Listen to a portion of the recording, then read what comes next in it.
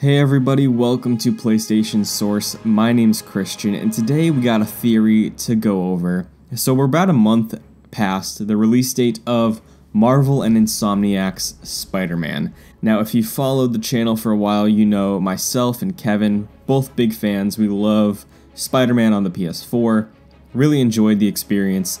I'm a huge Spider-Man fan. He's one of my favorite superheroes ever. He's tied with Batman for my number one. But Spider-Man's cast of characters around him, specifically his villains, really shine through to create a wonderful world. Now, Venom is a clear outlier in all of this. He is the most well-recognized character. So, obviously, playing through Spider-Man on the PS4, we were all curious to see if Venom would show. Now, I think having Venom in here, in hindsight, would have been very much too much in a short amount of time. Already, I felt like the Sinister Six plotline, and even the game's main antagonist, who gets revealed later on to be Doc Ock, felt kind of rushed, so I think having Venom in there would have been too much. DLC doesn't look likely we're getting Venom, but the post-credits scene of the game does hint at Venom, or at least some version of the symbiote character coming down the line in Insomniac's world of Spider-Man. So the post-credit scene for Marvel's Spider-Man on the PS4 involves Norman Osborn going into the secret lab that we were in as Mary Jane.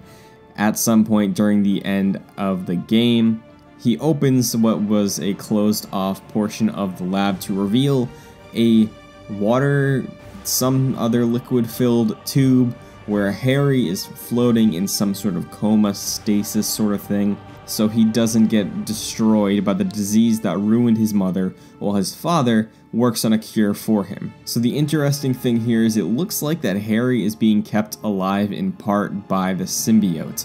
So personally, I think this is kind of a red herring. I think the symbiote is probably just being used to keep Harry alive, because Insomniac's whole deal is wanting to subvert expectations with their version of Spider-Man, and they do a great job with it. So I think giving us potentially 2 to 3 years to just sit on the fact that, oh, Harry's Venom, I think they're going to go against that. Because Harry has actually been involved with the symbiote in the past. Harry Osborn of Earth 12041, also known as Harry Osborn of the Ultimate Spider-Man TV series, actually merged with a piece of the Venom suit and temporarily became the new Spider-Man. So this is similar to the whole Spider-Man is Venom, he's a bad guy, he's doing his own thing, he's not acting like Spider-Man. That whole storyline, which I think is something that Insomniac could actually explore in Spider-Man 2. Maybe have Spider-Man at odds with the city, maybe have people displeased with him, really have the city go against him, because everybody loves him in this game pretty much, except Jonah. So I think having a development in the second game where maybe Miles has to step up and be the true hero, maybe Peter is getting attacked from all angles by Jonah, the police, the city, something to that effect, maybe have a Venom on the line, something like that.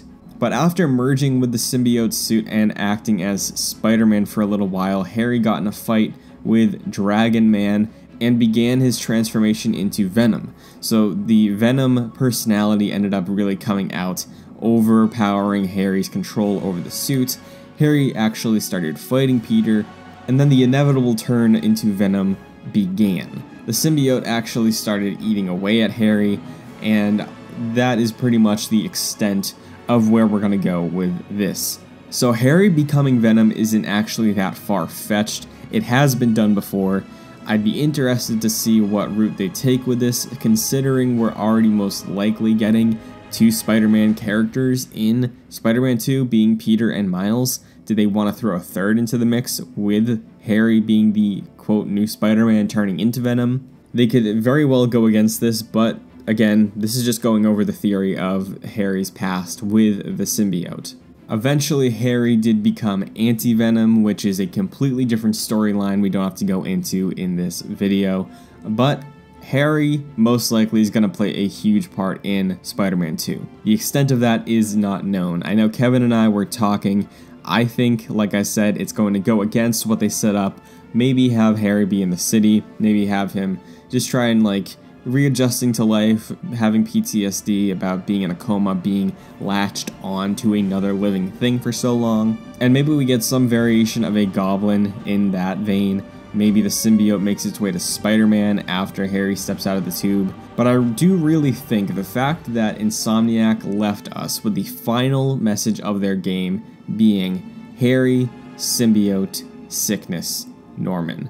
I think leaving us that long thinking that Venom is Harry is gonna pay off in a way that Insomniac knows it will. Maybe the first E3 it shows up, we see Harry completely normal. Maybe we see Venom attached to someone else and he's in the same room as Harry. I think something like that to go against what we're expecting is what we should expect moving forward, because Insomniac already showed us with Spider-Man on the PS4 that this is their world, their rules, and their story they want to tell. But I thought that was just worth throwing out there because Harry has been Venom before. We got Venom, the film, coming up. So Venom is on my mind and I just wanted to talk about it. But I hope we do get Venom down the line because it would be sick to see Venom in this world with this Spider-Man, with this combat specifically. But that's pretty much all I have to say on the matter. So now, comment down below. I want to talk to all you guys. What do you think about Venom in Spider-Man 2? Do you think it's coming? Do you think it's Harry? Everything you're thinking about Venom, just let me know. And as always, if you're new to the channel, be sure to like and subscribe so you don't miss any coming content, PlayStation or otherwise. But with that being said, as always, greatness awaits.